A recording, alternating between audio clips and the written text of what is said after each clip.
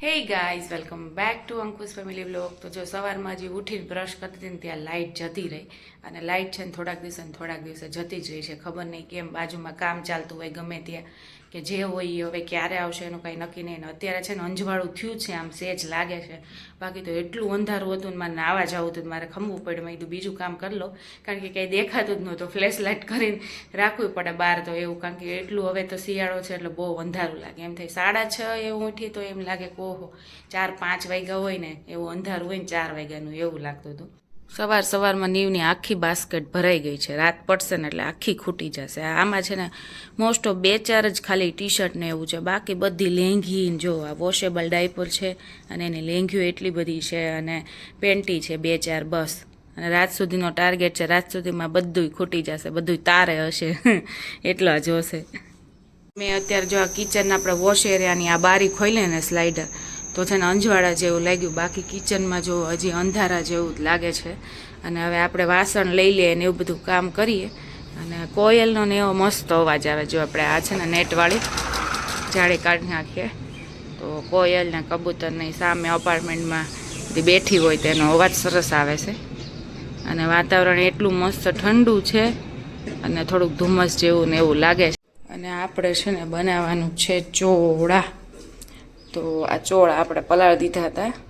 આને છે ને હવે આમાં પાણી કાઢી નાખશું અને પછી બાફવા મૂકી દઈએ. ચોળાનું શાક, રોટલી અને સલાડ આજે એ બનવાનું છે. પ્લેટફોર્મ ઉપર બધું અસ્તવ્યસ્ત પડ્યું છે અને આપણી રસોઈ જો બને છે. ચોળાનું શાક બની ગયું છે, પછી આપણી ચા ઉકળે છે મસ્ત આદુવાળી, અને જોડે છે ખાટિયા ઢોકળા. તો જો તેલ મૂકી દીધું છે, વઘારવાના છે. રાત્રે મેં ઢોકળા બનાવ્યા હતા તો જોડે કરી જ નાખ્યા હતા. મેં કીધું અત્યારે સવારે વઘારીને ખાય તો હું પણ આજ વઘારેલ ખાઈશ, દૂધ નહીં પીવું. અને સલાડ પણ થઈ ગયું છે. જો ગાજર, ટમેટા, બીટ, કોબી બધું નાખીને સલાડ કરી નાખ્યું છે. આ સલાડ એટલા માટે વધારે કર્યું છે કારણ કે સંદીપ બહુ વધારે ખાય એટલે એને ટિફિનમાં વધારે જાય એટલે વધારે કરી નાખ્યું છે સલાડ. રોટલીનો લોટ બાંધી દીધો છે, હવે રોટલી કરવાની રહી છે.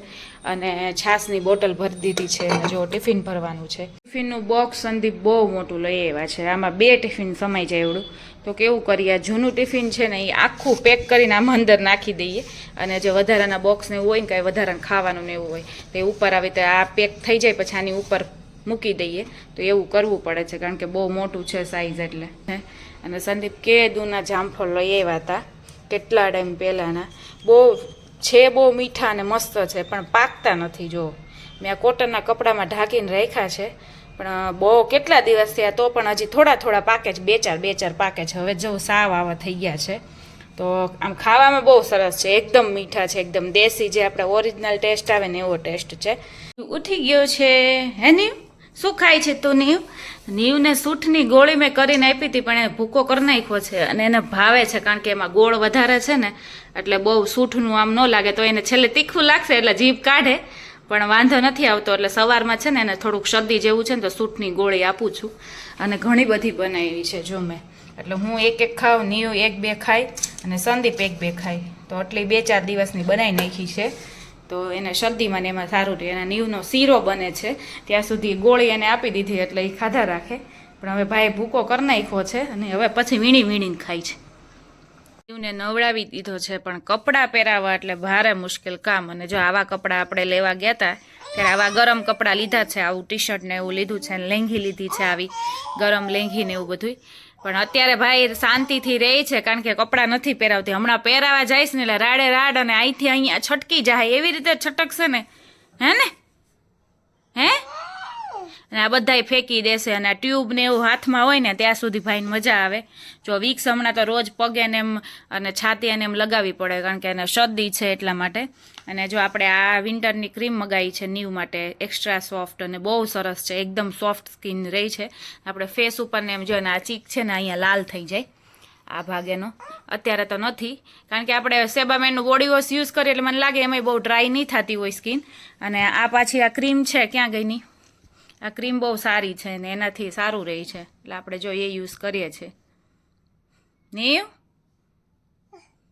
હા અને નીવને છે ને હું મોડી જ નવડાવું છું 12-1 વાગે 1 વાગે રોજનો નિયમ જ છે જમાડીને પછી એને નવડાવું કારણ કે અત્યારે ઠંડી ને એવું છે એટલે અને આજે થોડોક વહેલો નવડાવી દીધો છે કારણ કે આજબાજુ થોડુંક કાર્ય ભાઈએ કરી નાખ્યું હતું એટલે જોડે જોડે નવડાવી દીધું ને પાછો લાઇટેય નથી તો લાઇટ તો 2 વાગે આવી હતી અને પછી થોડું ઘણું કામ કર્યું ને ત્યાં પછી મારા ફઈ ફુવાની આવ્યા હતા પેંડા દેવા આવ્યા હતા અને બેસવા આવ્યા હતા કારણ કે એમને દીકરાના ઘરે દીકરો નાનો થયો એટલે જો પેંડા આવી ગયા છે અને બોક્સનું નામો નિશાન નથી રહ્યું કારણ કે નીવ ઉઠી ગયો હતો ને નીવભાઈ બોક્સથી જ રમતા હતા અને પછી ફઈએ ને ફુવાઈને એને રમાડ્યો એટલે નીવને મજા આવી ગઈ નીવને પાછો મેં અત્યારે સુવડાવી દીધો એટલે કારણ કે તરત જ ઉઠી ગયો હતો અને કાંઈ પછી આપણે લાંબો ટાઈમ ખેંચવો પડે વહેલો ઉઠી ગયો હોય તો પછી સાંજે રાત્રે છેક સૂવે વચ્ચે સૂવે નહીં એટલે પાછો તોય ઘોડે એમ નાખીને સુવડાવી દીધો છે અને આપણા જો કપડાં પછી લાઇટ આવી પછી મશીન કર્યા હતા તો હવે આપણે કપડાં સૂકવી દઈએ વાસણ ચડાવી દઈએ પાછું એનું એઝ ઇટ ઇઝ કામ કરી નાખીએ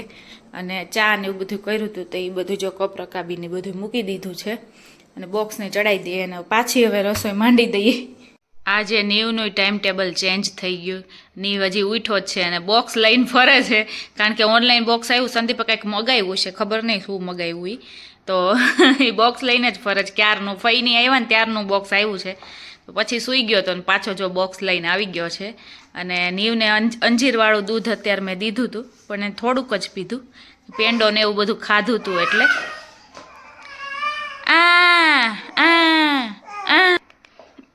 હમણાં યુટ્યુબમાં એ જો બેસી ગયો આમ જો કેવાય અહીંયા નજીકથી ને જ જોશે પાછો ત્યાં એવો બેસી ગયો ને હમણાં તમે જોજો ચાલુ કરું ને એટલે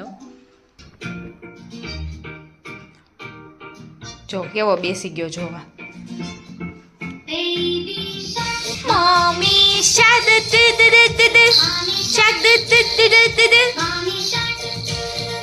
Mommy shark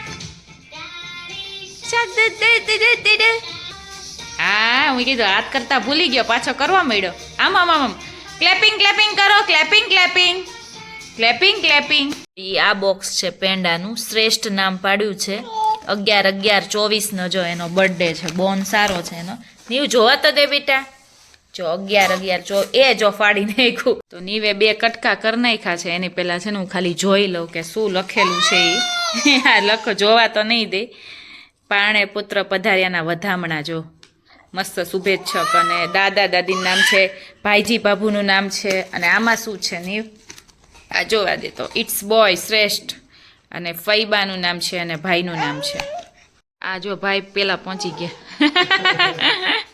એને ખોલવા દેવું તું ને નીવને ખોલી દે તમને કાતર લઈ લેજો નીવને જ બધું રિવર્ટ કરવા આપવાનો જા ક્રીમ મગાવી નીમ એલો ફેસ વોશ હર્બલ કોની ક્રીમ છે ફેસ વોશ તારા માટે છે મારા માટે છે કે તમારા માટે છે એમ કે તારા માટે જ છે મારા માટે તમને મારા વિશ્વાસ નથી આવતો કારણ કે તમે કોઈ દી મગાવો તો નહીં સ્પેશિયલ ઓલી હે હર્બલ હે હર્બલ તત્વની આ સ્કિન કેર પણ તમને કેમ આવું એવું થયું કે મગાવવાનું neem aloe face wash for fresh and purify skin tulsi extract હે મજા આવી ક્યાંકથી આવી બાવી નથી ને ક્યાં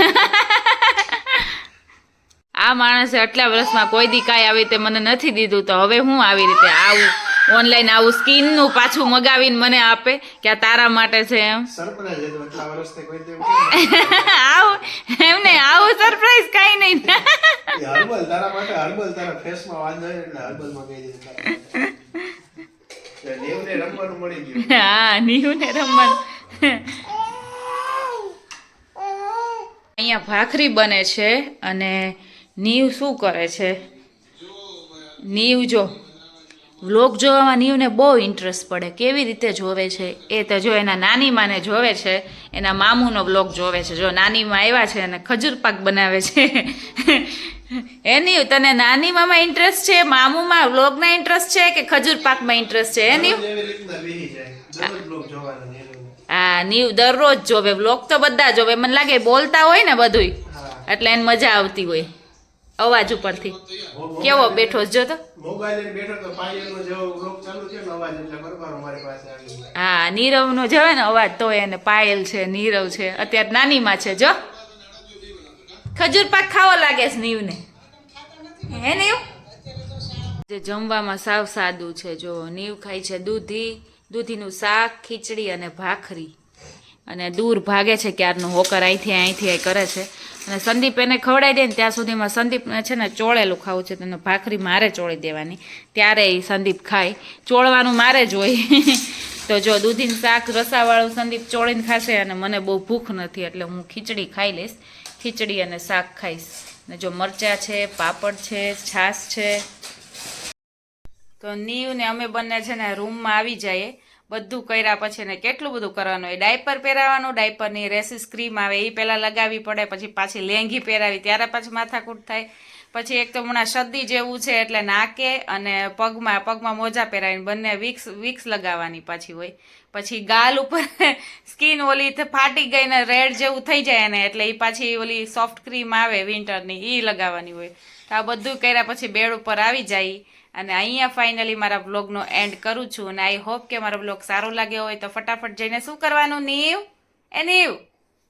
અમારી ચેનલને લાઇક, શેર અને સબસ્ક્રાઇબ કરવાની. અને હવે મળીએ આપણે નેક્સ્ટ બ્લોગમાં. ત્યાં સુધી bye bye and take care guys. Take care guys.